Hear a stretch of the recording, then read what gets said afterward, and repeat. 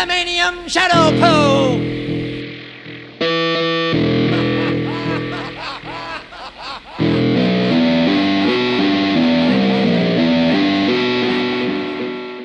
Hello everyone, this is part of our gated content that we like to do for the pack members and Star Gods. This is we're going to be talking about Nick Fury, Agent of S.H.I.E.L.D. number 2 by Jim Steranko, specifically because it is the first appearance of bashful Brad Carter and his director, P.D.Q. Werner. P.D.Q. Werner, that's right. I was like, what is his last name? Oh, it's ridiculous. Of course it's Werner. All right. So yeah, Matt suggested that we should go back and just do a tiny little video on this. And yeah, so it was exciting. I mean, anytime you get to read a Steranko comic, it's always kind of, mind-blowing until you remember who he is. And then it's just slightly less mind-blowing. Yeah. So, a lot of people like the history that we bring to things. So we're not doing a big Steranko thing here, but let's just talk about his role in comics history a little bit. So he had his breakthrough in doing Nick Fury, Agent of S.H.I.E.L.D. in one of the anthology books, Tales to Dawn or something, Suspense. I don't know which one it was. But he had a run in there for like 18 issues, a backup, a Nick Fury story that he did. He had this transformative art. He is considered pretty major contributor to the just evolution of art. He's considered like a follower of Kirby, a person that took Kirby's big action and clean kind of pop art and adding in some more literal pop art elements, some graphical elements. And I was telling Jacob this, I looked him up a little bit. And so he started as a musician in the 50s. He was born in the 30s. He had a print shop for a while and he made posters and like flyers. And I think that is where he became kind of enamored or learned the language of like graphic design as part of his art style. And so when he became a comics artist, his stuff had this very postery pop art vibe to it, where it feels like something you'd see framed or in a dorm room or something like that. Like it's mind-blowing stuff. To me, it's like Eisner and Kirby and Warhol kind of all put together. Yeah, definite Warhol in there. I mean, there is a literal pop art style to it. And yeah, his shit is amazing. And there's not a ton of it, honestly. There just isn't. I mean, you can get like a complete fucking Steranko, and it's not a dictionary. It's yeah. Yeah. In 2013, they released about the size of what an Epic collection is nowadays, about 350 pages, and it had that whole Nick Fury, Agent of S.H.I.E.L.D. backup in his 5 issues. This only ran for 5 issues. He got spun off, and it's like 5 issues, or 6. And it has all those in it. It's like 350, 360 pages. When it was available, it was like $35, totally normal for Marvel. Now people want $200 for it or whatever because it's out of print.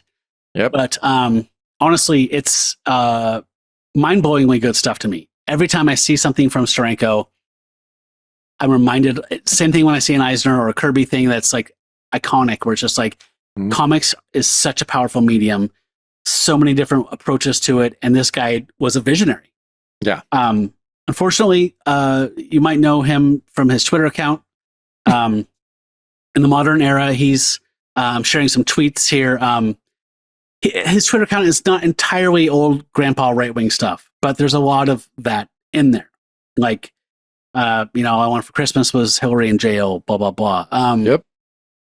Which is weird. But, other stuff he's talking about, like, I knew William Gibson, the creator of The Shadow, was my adoptive, like, my godfather, and, like, Stan Lee was my blah, blah, blah, and defending Stan's career, and, like, saying all these people saying he was a credit thief and stuff is not true. Like, when Stan died, he loves talking about Neil Adams, and, whenever somebody dies, he goes on and tells these great stories about him. He's not just the negative right-wing creep stuff, but that leaves such a bad taste in my mouth. I try and separate the things, but it's a bummer. Like, he's such a cool guy. He's such a fucking cool guy, and art-wise. And you're right, he is a storyteller. Like, if you haven't read any of the interviews with him, like, he is. Like, and I've heard from guys, I've talked to guys at comic shops that have just, like, been with him at a comics convention, like maybe afterwards at a bar or something. And they were just like, it was the coolest night of my life. I bet. I just listened to him tell insane stories the whole night. And so, yeah, I mean, he sounds like a real kind of like raconteur. And, you know, there is a downside to being that guy. But yeah, you're right. You know, I was looking to see that collection, which wasn't that long ago. It feels like it was not that long ago that was released. And I was like, oh yeah, I should have gotten that. But yeah, I saw that it's not cheap online. So everybody do what I did. Go to your local library. If they don't have it, do an interlibrary loan. Fucking A. And you can get it from anywhere in basically the continental contiguous United States. Like anywhere you'll get it, and it's fine. And your library can do that. Most do it for free. The most you'll pay is 50 cents. So what? Outrageous. I know, it is outrageous. Yeah. But we only do that. We only charge that for people we don't like. So if you are charged 50 cents, copies of Nick Fury, Agent of S.H.I.E.L.D. #2 for that price. That's true. And still have two pennies over to ride the trolley to Battery Park. Yeah, and that extra last penny, you can get a steak, a cup of coffee, a slice of apple pie, and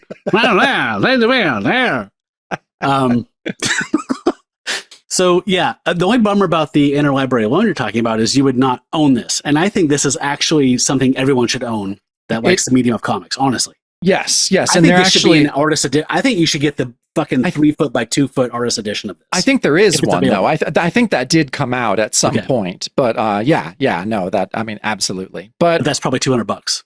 It's probably more now. I mean, it probably was $200 when it was released. When it was new. I'm saying when it came out. Yeah, exactly. So, but if you want to read it, I suggest doing that. So, yes. So this Nick Fury was cool pop art post James Bond. Like that was his vibe he was going for. It was like pop art Warhol meets James Bond. And you know, Nick Fury, he's a cigar chomping, he doesn't no G's on his gerund words. It's always an apostrophe on everything. So we love this guy. He's a irascible old crank, and he's a super spy at the same time.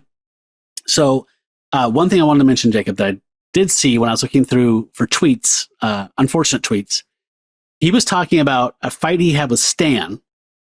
And I think he's talking about the villain of this book, where he brought this script to Stan, and Stan said, this guy is black. And he said, He said, well, we can't have the villain be a black guy. And he said, why not? He said, because, civil rights, punching down or something. And Jim said, yeah, but there's good white people and bad white people. There's good black people and bad black people. Why can't a black guy be a super scientist villain? And apparently he won this fight because the villain in this book is black. So interesting little thing. One of those things that I agree with him, I guess. I can see that. In the whole body of his communications with the world has a different kind of patina to it, I guess. After but when did this come out? 68? Yeah. Maybe? Yeah, I get it. I mean, I totally get it. But I kind of like that iconoclast kind of thing, right? Like he was saying,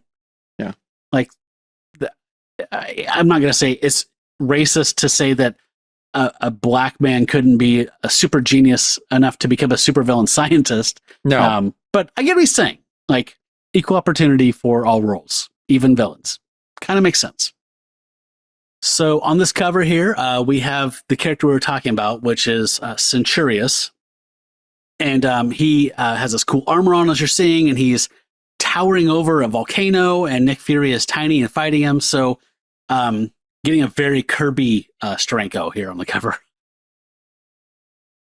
Yeah, it's awesome. I mean, but yeah, you're right. I mean, I guess I kind of saw him as way more post Kirby to me. Like of course, Kirby's an influence on Steranko, obviously, but yeah, I see him as just like a huge step forward in art, not taking away from the King at all, but yes, and throughout here we're going to see some stuff that is that, but I think when he goes big, I think he falls back and just says Kirby was a master. He can't beat Kirby. No, you can't. So go big. Big dumb fights. That's his reference point, in my opinion. Yeah. No, definitely. So when we go through this, folks, there's a whole Fury and Jimmy Woo, I think is his name. storyline. We're going to kind of fly through this and just get to the Brad and P.D.Q stuff. So we're going to kind of just summarize, and it's going to be very elevator pitchy kind of version. Yeah, so I thought Jim Steranko is the writer illustrator. God, we got Frank Giacoia again, which I thought was pretty cool as inker. And yeah, that opening page is so great. It just has entrance, fun house, has these tickets coming, and one of the tickets said, "So shall ye read death." And yeah, it's all this fun house mirror versions of this opening page is so cool. So good. Yeah. So on the next page, we see back in the funhouse. Am I saying it right? Is it Jimmy Woo? I forget his name. Agent of S.H.I.E.L.D. I thought so. Yeah. Okay. We get some beautiful art of him going through this funhouse. He's kind of like, he realizes like he's aware of some traps. A face comes out, as always happens in those funhouses. Some skeletons attack him. He shoots one in the head, he punches one, shatters it, and then one of them pushes him through a trapdoor, and he realizes they were just corralling me into this trapdoor the whole time. God damn, man. The way that he lays this page out, I mean, we're just going to be gushing, but that first panel, that close-up of Jimmy, and he's sweating, I love the way that he, for the most part, in writing and drawing of an Asian character, respects them. There's no cartooning, there's no hyperbole or characterization of the phenotypes, of a Asian character. Like, they mostly just look like people. So that felt progressive to me. Definitely. And it's probably not a super easy thing to do in a lot of ways. Mm-hmm. So yeah, no, very, very, very cool. As a Westerner. Yeah, as a Westerner, absolutely. So yeah, next page, Jimmy Woo has fallen through this trap, and I love the skeletons. They're just looking over the trap door, just being like, yep. And then there's all these rats. It's just kind of amazing. So he's falling. He's back in the fun house again. He's getting gassed. And so yeah, Jimmy Woo, I like in this one page, he is just getting everything thrown at him. He's falling. He's getting gassed. He's escaping the toxic gas by going underwater. He's underwater. There's an alligator. Like, there's a different like foe and violent scenario in every single panel in this page. I love that S.H.I.E.L.D's danger room is a fun house. I know. It's great. It's a great twist. So on the next page, he has taken his tie off and strangled the gator, and then he pulls himself up, his shirt in tatters, and he's landed. He's like, ugh, ugh, and then the walls start closing in on him. So there's this great panel using negative space of him just like climbing up, pushing up against walls you can't see as he's just trying to survive, not getting squished like a bug. And he says there's no way out except he pulls out a Zippo and just sets the fucking room on fire. And it works. He punches his way out. You see these great silhouettes of Dum Dum and Nick, like at the end of the tunnel of love, watching him. He's like, there they are, waiting, just like I knew they'd be. And so they go and approach him, and Quartermain, I'm sorry, I'm blanking on my S.H.I.E.L.D. agents. Something Quartermain is there, and they're all basically saying like, "You passed, kid. You're in. You're a member of S.H.I.E.L.D. now." Ugh. Yeah, so cool. Goddamn, I loved it. And then yeah, holy shit, this next page. Good God. Like there's one line of narration in the beginning. It says about 2 hours later at Furious New York Pad. And then yeah, we see a gorgeous woman and Fury just kind of reclining. Yeah, it looks like Bossa Nova jazz is playing right now, right? Yeah, of course it is. Yeah, you can. Absolutely. And and so we just get so much. We get a nice panel of one of those hi-fi pieces of furniture. Has the tuner in the middle, record player on the right, then a nice place for your records on the left. God damn, every panel in this is masterful. It's just Fury reclining and kissing a lady. That is the elevator pitch. But my God, you just looking at every panel on this, it's just like, fuck, this is great. This got tampered with by the code. This got rejected. Really? That last panel of his gun in the holster over the chair was he was forced to do that. He was pissed. Oh, interesting. That last panel is Nick and is that Contessa? I forgot who that is. Valentina or I'm so sorry. I'm not a big S.H.I.E.L.D. guy. I'm not a big S.H.I.E.L.D. guy either. But it's the last panel is actually them like pulling themselves up off the floor to go to bed. It's very clear like they're gonna go fuck. Yeah. And so the code said, you can't have this last panel of them like embracing while they're standing up. And so he's like, fine, fuck it. And he drew that thing. So That's in funny. some of the versions, that last panel is fixed to be what the original art was. But in this old scan, it's the original shit. Gotcha. So yeah, folks, if you don't know Steranko, you just saw some Steranko. This is when people say he's a genius. This is what we're talking about. This type of shit. I mean, blows my fucking mind. All right. Then we jump to the next day. Fury and Jimmy Woo are in this weird ass fucking plane, flying on a mission. Jimmy's like, wow, Fury's like all over the place. I can't remember why. I think this is because his brother Jacob Fury was revealed to be the Scorpio, a crazy super villain guy in the last issue. Mm-hmm. Something like that. So I think that's why Fury's whatever. So a beam hits the ship, and Fury pulls a switch and ejects Jimmy Woo out into a escape pod, much to his chagrin, because he's like, the fuck, dude? I'm not a child. Yeah, but I mean, especially like some of this in that middle panel, I mean, this is definitely Kirby-esque. Mm-hmm. This is where he's definitely, getting into the Kirby thing. And next page, like, engine's failing. Must have froze the power supply. And then, the ship is hit. It's being ripped apart in midair.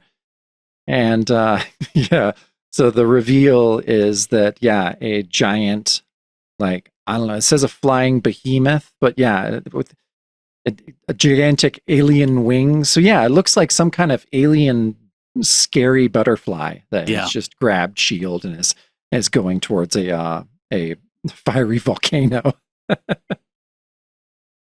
I love the scope. How this thing just, you get scope whiplash, right? This quiet moment of bossa nova jazz and sex, and then boom, you're just in Kirby world. So next page, we get this cool splash with some insets, and some force has grabbed Nick Fury and is bringing him down in this protective bubble. We see all the crazy Kirby machines, and the character from the cover is there, and he's saying, "Forgive my, crude welcome, but this thing wasn't meant to hold human forms." And he calls this place Valhalla, and he is Centurious. Yeah, cool splash page. I love how how Nick is upside down in some kind of like a strange like cocoon. Yeah. But and I mean, you can't get any more Kirby than this page, honestly. No. All this sciencey stuff is very Kirby. Yeah, it's very cool. So they end up introducing Nick Fury. Fury introduces himself, saying, "What the Sam Hill's going on here?" Which I love. And then he's getting really no real answers. He's like, "Look, fella, I'm losing my patience, and more than that, I just lost a co-pilot somewhere over the ocean." And then he hears Jimmy Woo appears. He's like, "He's right, Fury, and I'm as surprised to be here as you are to behold me." He's like, as soon as he hit the water, he was gripped by something underwater, taken to the island, tossed into the elevator. And then, Centurious, I do kind of love his look. It's super goofy, but I loved in that last panel. And I love how kind of, Bond villain he is. Just like, "Please don't be alarmed, gentlemen," as he's, pointing he has this bizarre gauntlet and this super long finger. Again, very Kirby. Yeah. Saying, "This island lies the salvation of life on Earth. All life now doomed by megaton death, by human greed." And then, but then they're just like, "What about this volcano?" He's like, "Simply an astral projection of an active one." That was hilarious. Yeah, so we found out that the volcano that we saw was just a mirror image of an actual one. Mm-hmm. It's like a cloaking device. So we get on this next page this pitch, which I'm going to try and just make really fast. Basically, this guy's a super scientist, and he found a way to force flash evolve life forms from a single drop of water. So he just took a drop of water, used a scientific method, and made these crazy life forms that we've never even seen on Earth, that we can't conceive of. And he has a plan. His plan is to create an arc, ARC, I forgot what it stands for, but to basically people this arc with all these new life forms, take it up into orbit for a year, destroy Earth, all animal and human life on it for 1 year, let the Earth recover from its pollution, from all the stuff humans have done to it, and then bring the arc down and repopulate the Earth with these new, better life forms. Kind of a cool...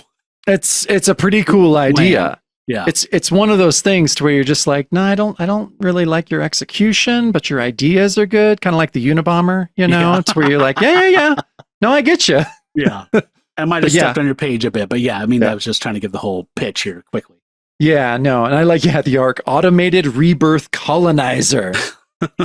Yeah, so great. So and again, and he is revealed, and Jimmy was just like, hey, hold it, I've seen you before, Dr. Noah Black, Nobel Prize winner in the 30s. You disappeared. No, that can't be you. You'd be an old man by now. And so yeah, well, it is a black character named Noah Black, but that's fine. It's whatever. It's basically progress at this point. Yeah, it is basically progress in 68, which is sad. But yeah, I just like all the stuff he has. He has a T viewer that he can see. It's all this crazy stuff. And Wu and Fury was just like, yeah, we got to stop this insanity. Like, obviously, like, what are we going to do? And Fury says, right, pal, in your own corny way, you said a mouthful. I'll take the ball. See if you can hold him off till I get out of here. And yeah, so Fury just goes to and starts kicking Fury ass, and then crashes out some kind of window. I love that last panel. That last panel is awesome. How do you feel about this? When Fury spun off into his own book for the 5 or 6 issues he had, this retooled costume that Steranko gave him with the, what do you call that? When it's like a cowl, but it doesn't cover your hair. Yeah, do you like that? I don't know. I don't really like it necessarily, but there's so much good about a Steranko Nick Fury book that it's passable for me. I don't notice it. Yeah, just kind of reminded me of the 86 or 85 Hex, like the. Oh, it is acid rain leathers. That's as he's jumping through the glass here. Oh, big glass! Oh shit! Big glass. Fuck! Crash! All right, crash. We might have missed some.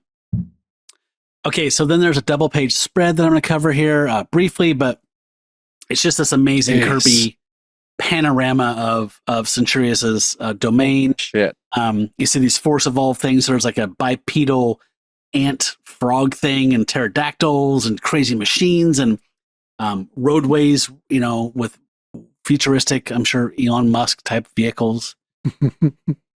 Anyway, yeah, it doesn't matter. It's just amazing art. And you can see there's like a tractor beam with I think Fury in it. Yeah, God, it's amazing. Oh, that's right. The tractor beam grabs Fury. There he is. He's falling through the broken glass at the very top. Sorry, I didn't study this one very close. I was just like Kirby coolness. So he falls out of the broken glass, lands in that tractor beam, and then move on. So we move on to this is why we're doing this issue, because and it says, and at that very instant on another part of the island.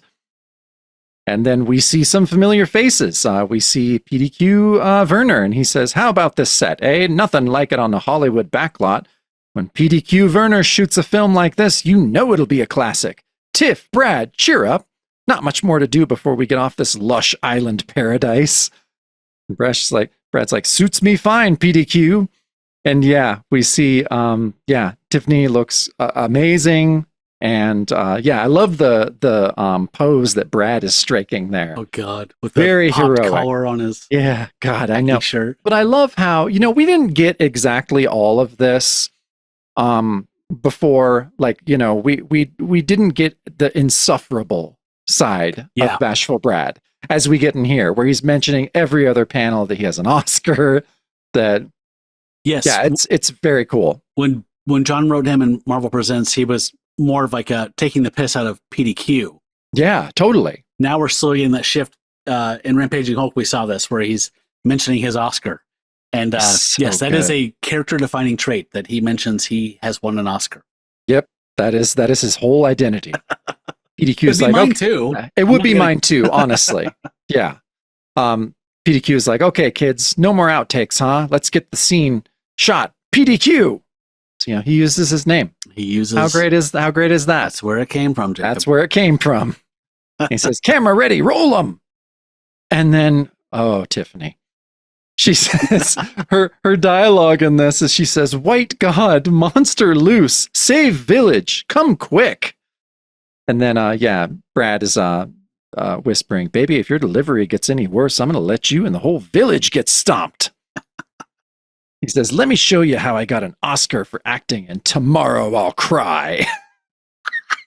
She says, if I have to listen to that again, I'd rather not be saved. Then P.D.Q's cut. Ye gads, won't you try to get along for a single take? Have a heart for your old director before he loses his mind. P.D.Q. So he's just going to use that a lot. Yeah, a lot. I mean, I that's fine. He's like, I'm okay with it now. I guess I'm okay with it now. I've come around. But yeah, now he's like, okay. So this is back to the cameraman here now. Says, I've worked with them on a couple pictures before. They go round and round like this all of the time. That's cameraman lingo here. Yeah. He's like, yeah, if I got to listen to him tell about his Oscar one more time, I'll go nuts. P.D.Q. says, now, Tiffany, just relax, sweetheart. We'll shoot some of Kong's footage meantime, okay? And she gets a word balloon that has nothing in it but just icicles, which I loved. That's a cool touch. It was a really cool touch. And then Casper or something, though, right? It is very Casper, right? He says, hey, you guys, get Kong ready. We'll be shooting him next. So yeah, I love that we're dropped into this. Yeah. I'm no expert on production or anything like that, but that is not how movies work. You don't just go, never mind, we set up for this entire shot. We'll just turn and do an exact opposite type of shot. Yeah. In the meantime. Hey, they could have a second unit that's ready with the Kong stuff. So when I was looking this up, when I looked up Brad Carter to confirm his first appearance was this, I found some blog and somebody said basically something to the effect of like, I'm pretty sure in my headcanon, Bob O'Brien made this creature we're going to see here coming up soon with the Kong. That is awesome, right? Yeah, like, how could it? Once you say that, it's like, of course he made it. Absolutely, he did. He made all the fucking Hollywood shit in the 616. All right, so we briefly cut back as Fury is plashing into some water, and he's like, "Whew, if I hadn't been for this lake, I'd be wasted." And he's like, "God, take me too deep. I got surface." And he pulls up. There's a railway car, so it's like a weird fun house. It's like, I don't know, crazy fucking Disney bad scientist world. And then a giant dinosaur bites the track, and it's just crazy action. Just an excuse to draw some of this stuff. And then he gets thrown into quicksand because I drink for quicksand too. Absolutely. I drink for latex masks. I drink for quicksand. So he's in quicksand. He's saying, I can't move. Slime trapping me, sucking me under. And if it don't get me, that monster will. As the monster's continually eating this strange people mover on a hydraulic track like it's a saltwater taffy. Yeah, and then, next page, and that says, suddenly, and it's just kind of smoke all comes up. And next panel is like, I think it's Brad. It says, whoever he is, that guy's not going under if Brad Carter can help it. Tiffany says, man.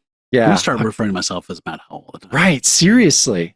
I know. Well, you'll have to pop a collar if you're going to do that, though. Okay. That's necessary for third person. Yeah. Tiff's like, do you want to get yourself killed, hero? He says, baby, haven't you seen me in Forbidden Jungle? As he's running into action, she's like, please, not now. like Jesus Christ. Like, just stop for 1 second. But then he's instantly like, so okay, he jumps into a tree, right? So he's hanging from a tree. Badass stunt. It's a badass stunt. So he jumps, hooks his legs into a tree. A vine around his legs. Yeah, wraps a vine around his legs, has a vine as well. And he reaches down, grabs Fury and pulls him out and then swings like fucking Tarzan to the shore. And just like, Jesus.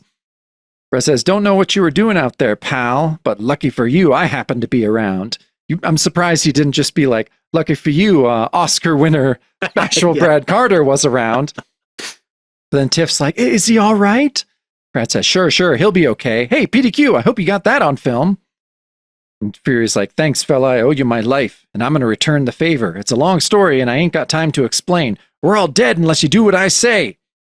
P.D.Q says, now just a moment, young man. We have a schedule to keep, and Fury has no patience for directors. He says, listen, mister, we got to get the Sam Hill out of here, and fast. Pay attention or you won't live to shoot another frame. Understand? I need your crew to create a diversion. You got any weapons around? And P.D.Q says, friend, I know a convincing performance when I see one. And if it's a diversion you want, we've just the thing. So I love P.D.Q is just immediately on board. Yeah. And he's not phased at all by a super spy in his face, like grabbing him by the collar and like saying, I'll break your fucking neck if you don't help me right now. Yeah, no, he's just like, yeah, I'm on board. Let's do it. Yeah. So we get a crazy splash page here. This is P.D.Q's solution. It is written in bamboo, Kong! And within the hour, the invasion of the Dawn world begins, led by the towering robot figure of a monster ape. Battling as though for his very life, battling like those whose likeness he bears, once fought eons ago, steel and spring against fang and claw, reenacting the savage conflict of life and death as it occurred centuries before man was to stand upon 2 feet in the primordial wilderness. And as the island itself trembles with primeval anger, the small band of movie makers hurl themselves into the prehistoric onslaught. Fighting with small arms, smoke grenades, flares, using any weapons handy as the tall stranger called Fury had planned, taking up the battle cry for mankind, praying silently it is not too late. So this panorama is crazy. So it's a robot King Kong fighting Centurius's actual giant dinosaur. Mm-hmm. And then all of like P.D.Q's, like Brad has a boulder over his head, looking like a fucking badass with his jodhpurs on. You can see his side boner. Yep. There's a cameraman being attacked by like a giant lizardy thing, like feathered lizard. It is crazy. Up in the trees, there are characters being like fighting lizards.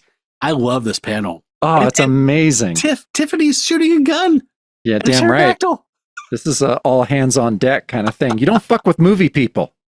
It is a lot to convey in one splash page. It's so good, though. Yeah, I loved it.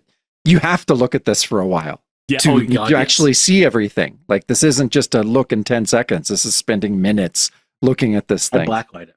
Oh, goddamn. Drink to that. I'd lose all that chatty words, so I just have the yeah. All right, so yeah, back in the volcanic stronghold of Centurius. And yeah, so he doesn't want them screwing up his plan. So I did like the line, bring me the landmine activator. And then closer. Yeah. Bring the detonation control closer. And then suddenly, the stooge that he thinks, it's actually Fury. He says, I thought that fall, no matter. This time there will be no escape. And then, yeah, they fight in a pretty badass panel at the bottom there. So much Kirby crackle. Yes. I love that Fury slams his hand in it like a pretty woman. Such a weird, like, start to a fight. Like, it is. Disguise myself as one of your minions and then bam! Open a nice case and then fuck you and break some fingers. Yeah.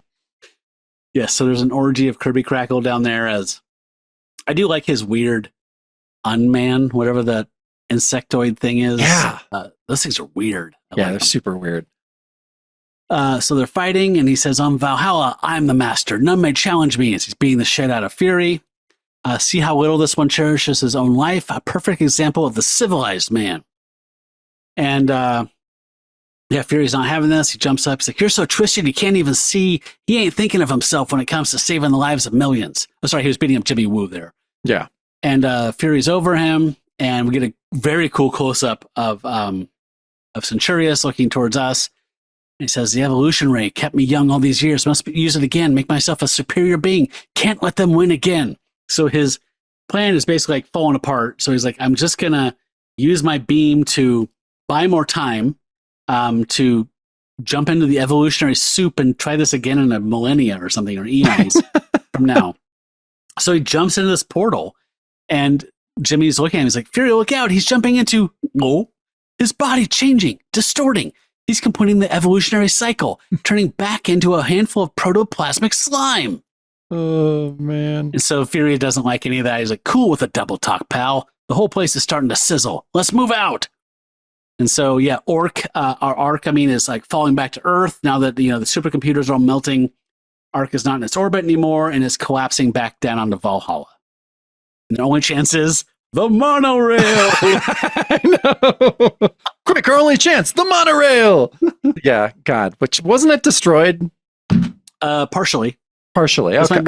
might be a route. This might be Route 15. This one That's true. might work. Yeah. So it's yeah. Then the next panel we see the mountain fortress playset explode, and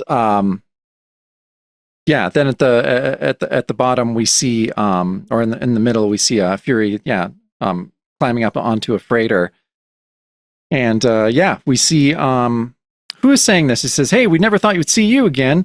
In fact, we almost didn't make it back ourselves." I think that is the cameraman. Okay. Yeah. Fury's like, "Too bad about your picture, that is. Nothing we could do about it, though." And P.D.Q is holding his hand right, is saying, "Indeed, the return of Kong will be a sensation with the footage I shot during the fighting. Now I have this idea. See, Liz and Richard are cave people and," which I thought was hilarious. Yes. So yeah, love it. Elizabeth Taylor, Richard. Yeah. So yeah, got a cigar? Jimmy says, "Some guy, huh? Allow me to congratulate you on getting that orbiting device to hit the island." Says, "What do you mean me? I thought you did it. Guess that's something we just can't explain. Let's just say some greater force in the universe handled it his own way." Then we get one last shot of Tiff and Brad. Brad's like, "Tiff, hey, hold it a second." Says, "Why, Brad? Why should I? It's your show." Brad says, "Tiff, there's something I want to tell you. Will you listen?" I love Tiff's like, "Another Oscar?" And he says, "Not this time. Some dreams. Dreams I never told anyone." And then at the bottom, yeah, it says, "Then Day's nightmare was over as the sea claimed yet another mystery for its dark and unfathomable depths. And for some, it is just the beginning. For others, an end." And then there's a killer panel of them in silhouette kissing as, the place that goes up in flames and they're sailing away. It's such a cool ending. And I love that it's Bashful Brad. Yeah. Fucking awesome. Yeah. And part of why I wanted to look at this was, Jacob, because I did kind of peek ahead a little tiny bit and see that in Samantha Eden's article, the text piece we're going to read, that she does allude to the fact that these two end up getting married and divorced. Oh, so and divorced. Okay, I love it. I did want to meet her before we heard more about their life after this moment. Oh, that's awesome. I love it. So typical Hollywood wedding. I think they married for like 2 years, and then she got sick of hearing about Oscars and his superior acting abilities, and so she divorced. Yeah. Oh, that's great. Anyway, thank you for indulging me there. I did want to go back and once I realized that he existed prior to Ulysses, the story, I had to find out what it was. So. Oh yeah, no, this was awesome. I'm so glad you did. Any excuse to read a Steranko issue is fine by me. Yeah. I think it's on, well, I know this stuff is probably on Marvel Unlimited as well, but in Steranko stuff, when I had Marvel Unlimited, they had hit I think the last thing he did, which was a story in Tower of Shadows, which was fucking amazing. Yeah. You know the one I'm talking about, right? Yeah, and that's the one I was telling you about before we recorded. The one he quit over. Stan that's the one he quit over. Okay. And added a word of dialogue he thought was corny, and he quit, and Stan had to talk him back into it. Jesus, that issue. It's just gorgeous. What is it, like an 8-page story or something? Like, it's not long. And I posted some of that when I was doing research for this on our Discord. And that's the first time I'd ever seen it. I was blown away by it. Yeah, it's so good. So good. Steranko, man. Yeah. I don't want to have a beer with him, but I do. I do. I don't want to talk about politics with him. Yeah. Just be like, all right, politics is off the table, but yeah, tell me everything else. And he is like a sweet ass pompadour. He's tiny. He's wee, right? He looks pretty wee. Okay. Well, he looks to me like a bronzed, tanned, like version. Like Walton Goggins should play him. He's like Uncle Baby Billy. He is little baby Billy. Like that's what he looks like to me. He's very dashing. He always has like a nice cut, like tailored jacket on and like a scarf. His hair is always pompadoured up. He's always bronze, like George Hamilton. Yeah. And he always has like those sunglasses, like Adam West, like later in life Adam West sunglasses that are like the graded, like shading. He does look fucking badass. And he bleaches his teeth to shit. Oh yeah, no, you're right. He is Baby Billy. Yeah. No, Walton it's almost Goggins like he has the veneers. Yeah. Totally. Oh, crazy. God. So yeah, apparently Steranko made P.D.Q and Brad, so we got to meet them. All right. Kudos to him. Yeah. Well, thanks everybody for coming along. That was a good time. Yeah, that was awesome. All right. So that's our first piece of gated content for this season. I love We've it. got Yeah, that an was super fun. exclusive coming up. Actually, it's going to be an exclusive premiere. So we're going to put it out to the pack folks and the Star Gods for like a month, and then we'll share it with people because we are bringing in Athena, my daughter, to praise her role as Satana. So Yep. we're putting that amount of effort in. I want to eventually put it out in the world, but it's going to be just for you folks for like a month, and then we'll put it out there in the world. I love that Athena has just she is Satana now. Yeah, she is the role. She wants to always play the character, and she's starting her senior year soon, so it's like we got to get all the Satana stuff in the can here. Oh, that's awesome. Moves on. That's great. Yeah. All right. Well, everybody, I hope you enjoyed this exclusive Patreon exclusive for Star Gods and Pack members. Thank you for supporting the show on Patreon and supporting us at that level. It means a lot to us. Definitely. Yeah. Thanks so much for coming along with us. Cool. All right, everybody. Cheers. We'll see you in the next one.